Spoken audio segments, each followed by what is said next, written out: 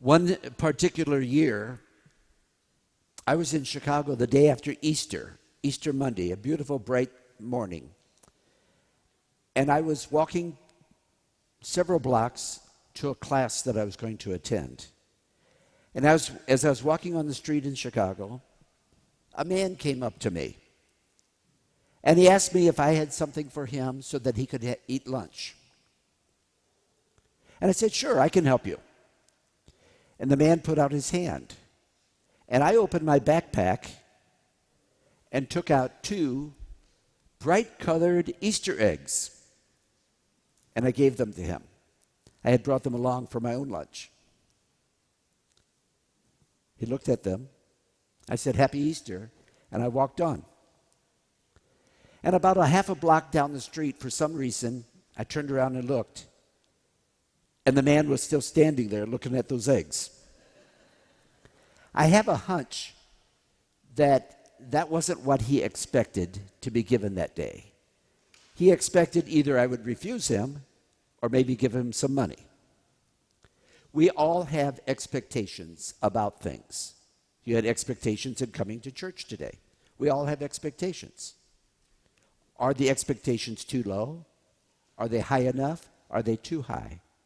And what is it that we really expect out of our faith? I'm preaching today basically on the first reading from the Acts of the Apostles, that sermon that Peter gave. But I have to give you a little backstory because it is about expectations. If you go just a few verses earlier, you see that Peter and John, the same 2 apostles that 2 weeks ago on Easter we talked about how they had run to the tomb and found the tomb was empty. But Peter and John were walking up to the temple. And there was a beggar there, a man that was crippled. And by the way, if they had a disability in those days, they pretty much had to be beggars. That was almost considered their profession. It was their only source of income. So the beggar stopped them. And the passage says, he looked at them with great intensity because he thought they were going to give him something. And then that's when Peter says that famous line. He says, I have neither silver nor gold, but what I do have, I'll be glad to give to you. So in the name of Jesus the Nazarene, the one who has risen from the dead, rise up and walk. And the crippled man got up. And it says, it doesn't say he just got up and walked away. It says he got up with exuberance. And he jumped.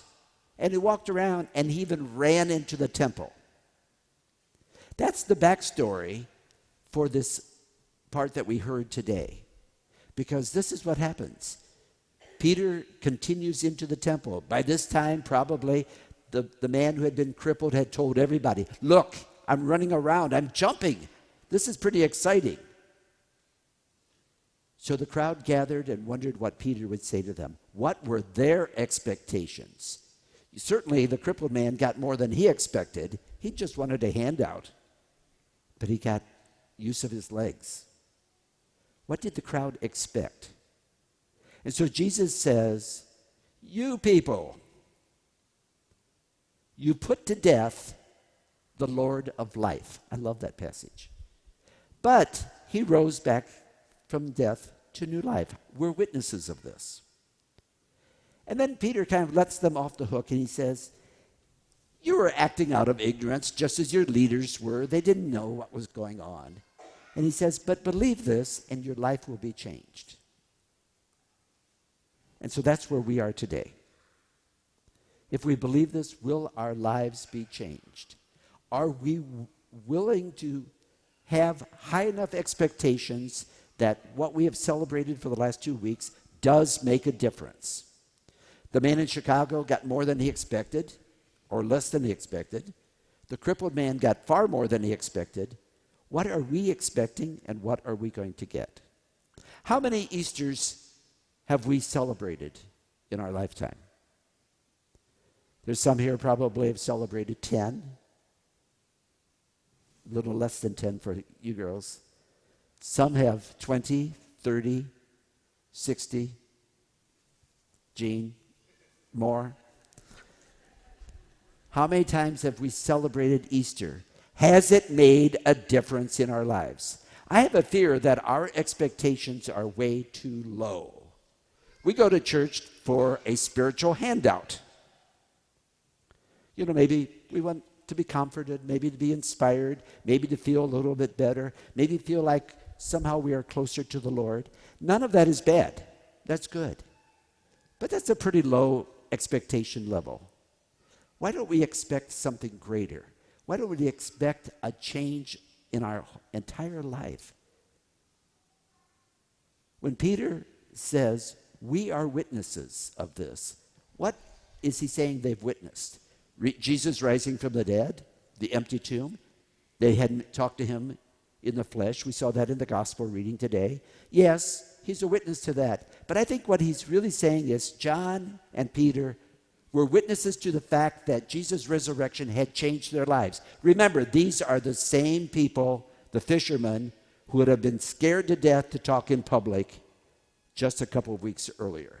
These are the same ones who really disappointed Jesus. Certainly Peter disappointed Jesus over and over again.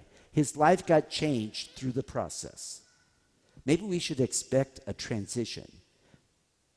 The resurrection of Jesus means new possibilities. We should expect it. We should count on it. Become a new person.